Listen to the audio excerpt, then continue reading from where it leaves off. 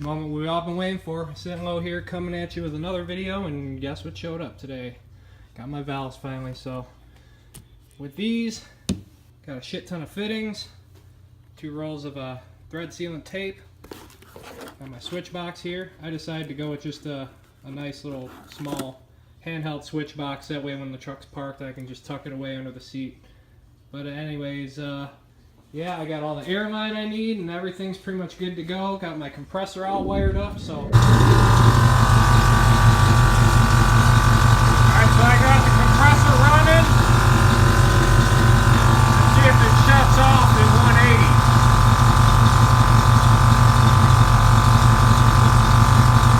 That's what it's supposed to do. Yeah. Like that.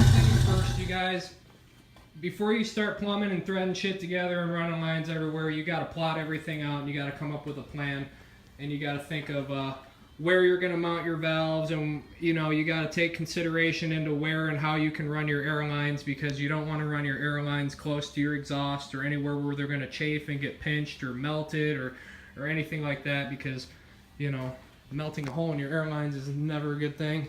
So what I've already had the plan for this truck, because I've been waiting on these valves for fucking a month already. So I'm mounting all the valves underneath the cab of the truck so they'll be nice and tucked away. And plus that'll give me a little bit more flexibility on how I can plumb it. And if I were to have gone with one of those typical like manifold blocks with all the valves back here, it would have worked just fine, but it would have resulted in a slower, just a slower up and down. Now granted, I'm not trying to make this truck hop or anything or do anything stupid like that. I like a really responsive air ride system. When I hit the switch, I want the thing to go up. I don't want there to be no lag in it and just, I want the thing to just, when I want it to go up, I want it to go up. So plumbing your system individually allows you better flexibility and way more options as far as plumbing goes. And yeah, it gives you the option of tucking and hiding everything away really nice, which, I mean, I guess I could have got away with it here and did the same thing. And another thing, I was originally planning on going with manual valves, but once I started thinking about it, I didn't like the idea of having like a big old like manifold switch block here in the cab of my truck. When this thing's parked and laid out, I'll be able to tuck and hide away the switch box. And other than it being slammed on the ground, you would never even know it had air ride on it. So that's kind of the plan with it. Valves are going underneath the frame here. I just gotta keep get started plumbing these things. So without further ado, let's get to it. It's not that difficult. If you guys are confused about any of this sort of shit, I made a video a long time ago pretty much describing the basics of the air ride suspension and how the teeing the valves in and all that shit together. So if you guys are lost right now, it wouldn't be a bad idea to go ahead and watch that video first and then pop on back. That way you'll have a better understanding of what I got going on here. But yeah, I like doing this shit. It's like putting a puzzle together. So I've already pretty much calculated it. I got everything I need, so I just got to get to it. So I'm gonna go ahead and start whipping some valves together. Alright, so here's what I come up with so far. I just got them fitted together. Nothing's actually taped or tightened yet. Just kind of been plumbing these things different ways and figuring out which way I want to actually go about doing it. And this, I think, is going to be result in the cleanest look. Just all 4 valves going straight across. This is going to be my inlet from my tank. You can see the directional arrows on the valves here. This one's going to be going to the rear. Here's the output going into the bag, and these are going to be for the front, and there's the 1/2-inch line going to the front. So all in all, air will be coming in here, and this T is actually just going to divert it either which way it needs to go. So when this valve's open, air will come in, pass right through here, go through there into the bag. Here's the dump valve over here, and same goes over here. So hit this solenoid, air will rush through here, come out there to the rear bag, and then the dump valve. So pretty simple. And I like that they're all pretty level. It's a nice symmetrical, I guess, a log of valves. And what I'm going to do with it is basically take it on over here. If you guys are able to see what's going on. Man, I don't want to set them on the ground and scratch them. Yeah, fuck it. Set them down. Alright, repositioning myself. Pretty much this log of valves. It's going to be strapped along the frame rail up here. Nice and clean and out of the way. And everything will be accessible if I ever need to get to it. As long as I can get the truck in the air. That's the thing about mounting everything, you know, out of sight and out of mind, because if anything ever goes wrong, you know, it just makes it that much harder to get to. But, you know, this ain't my first rodeo, so I think I'll be able to make it work pretty good. And yeah, good to go. I think this is going to work out just fine. I just got to break it all down and tape all these fittings. And like I said, it's kind of like putting a puzzle together, because you don't want to thread this fitting in and to this fitting and then try to put all this in. You won't be able to spin that on, and vice versa. So you got to kind of, you know, start here and there and the other. So yeah, moving on. Alright, so quick lesson in thread sealant tape. You got the original, this shit, it's been around for decades. Then you got this OT, it says best sealing tape, yada yada yada. As you can see, it's like a gray color. This stuff's just white. This stuff here is fucking garbage. Throw it away. It is trash. You can use this. There's liquid thread sealant like Loctite 545, which also works very, very good, but it's very, very expensive compared to this shit, which is only like maybe 40 cents a roll at your local hardware store.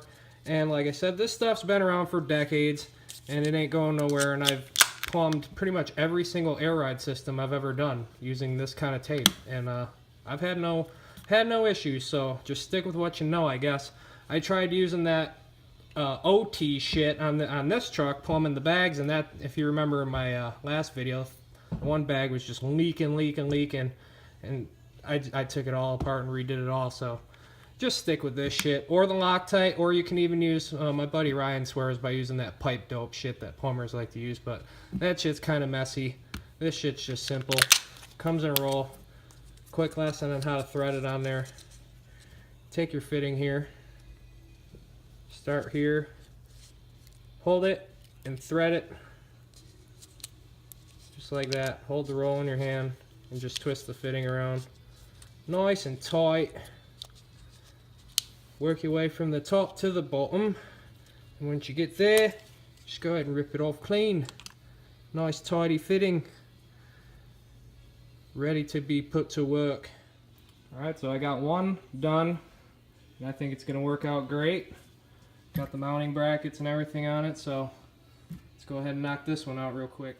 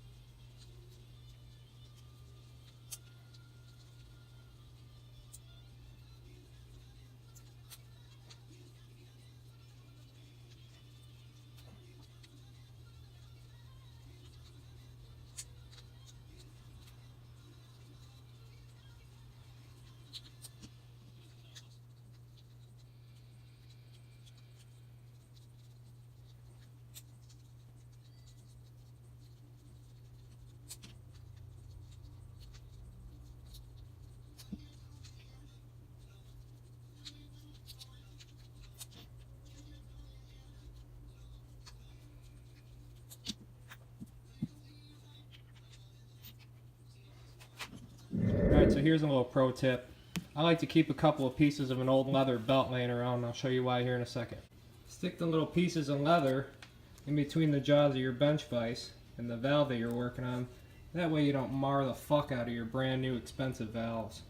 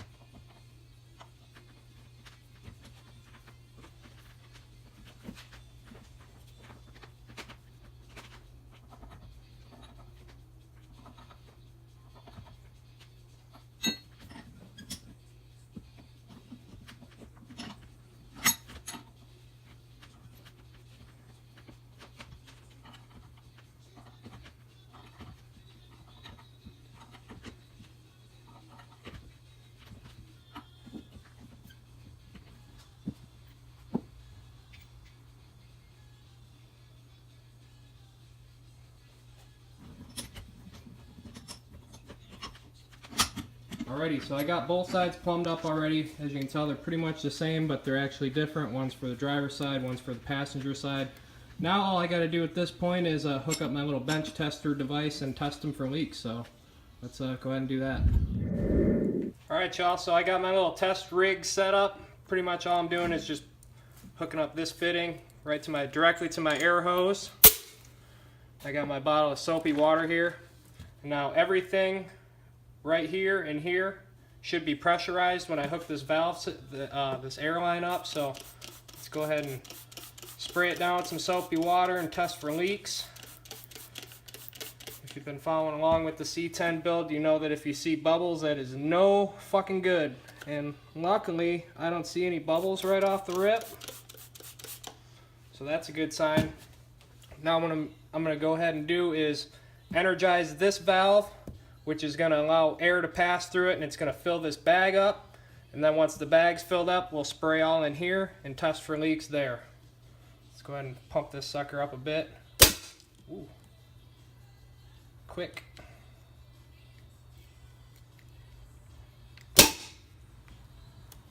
Alright, as you can see, our bag is inflated.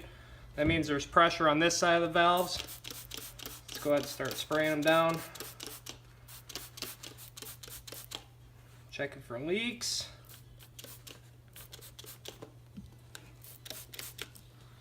And I don't see any bubbles, which is awesome, because if there was bubbles in here or anywhere along this line, I'd probably have to take this whole thing apart and redo it. So I'd say we're all good there. Let's go ahead and dump this bag. And that's pretty much it. As far as testing them goes, now all I got to do is do the same thing I did with the back here, but use 1/2-inch line going to a 1/2-inch bag up front. So you get the idea. You get the idea. Just making sure there's no leaks, because like I said, once you get it installed, is not the time to find out that your shit leaks. It's good to test and make sure you've got everything leak free before you go ahead and start mounting everything up. That way everything's good to go and you don't run into any surprises later on. Pretty simple. Alright, so I got our block spun around. Now I'm going to test the other side. Got it pressurized. We already tested for leaks here. We know there's no leaks there. All we got to do is test for leaks in this area here. So let's get to that. Fills them quick. Tell you what.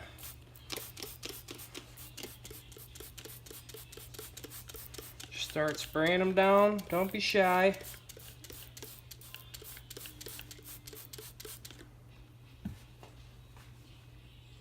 And that looks pretty flipping good.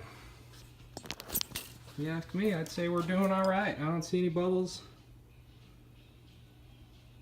Everything's good to go. So let me go ahead and explain the tank setup real quick for you. Simple 3-gallon tank. T-fitting going into here. So my pressure switch has somewhere to go. Check valve from my leader hose from my compressor going in.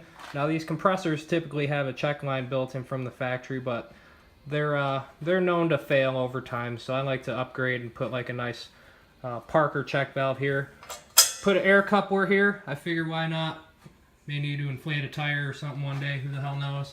And the other side, same deal as the one side, T-fitting, and this is going to my gauge line, which I'm going to plumb the gauge into the cab of the truck. I just got to get more of this 1/4-inch line.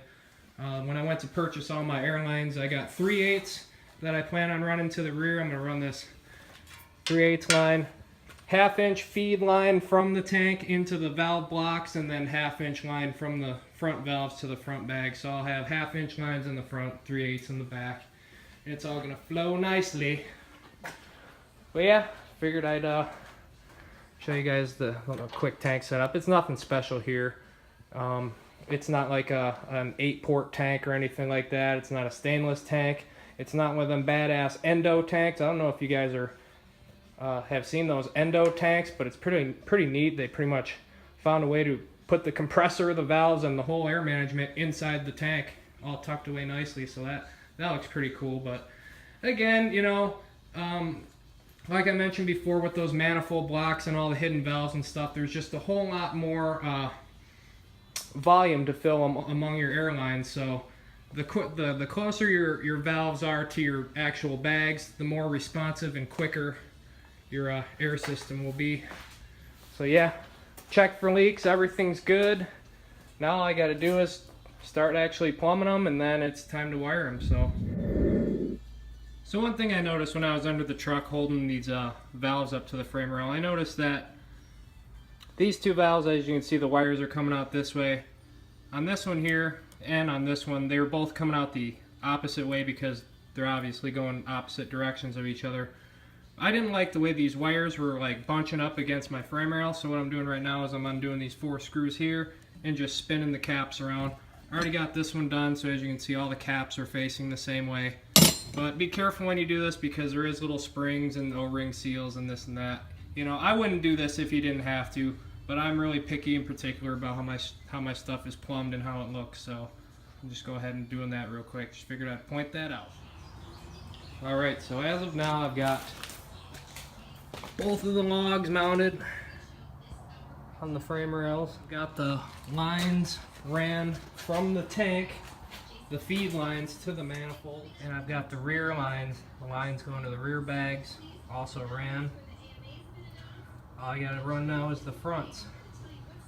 However, I think I'm gonna hold out till tomorrow because it is damn near 4 o'clock in the morning and I need to get some sleep. So as of now, like I mentioned, I got my feed lines ran to the valve blocks. I got the tank pressurized to pretty much, I'm going to call that 140. So while I sleep tonight, that'll be a good test for leaks. So when I come out tomorrow morning, if this thing's still holding 140, we know we're in pretty good shape. So yeah, it's coming along. Just got to run the front lines now, and then it's time to wire it. So stick around for that. But in the meantime, I'm going to go get some fucking sleep. Later.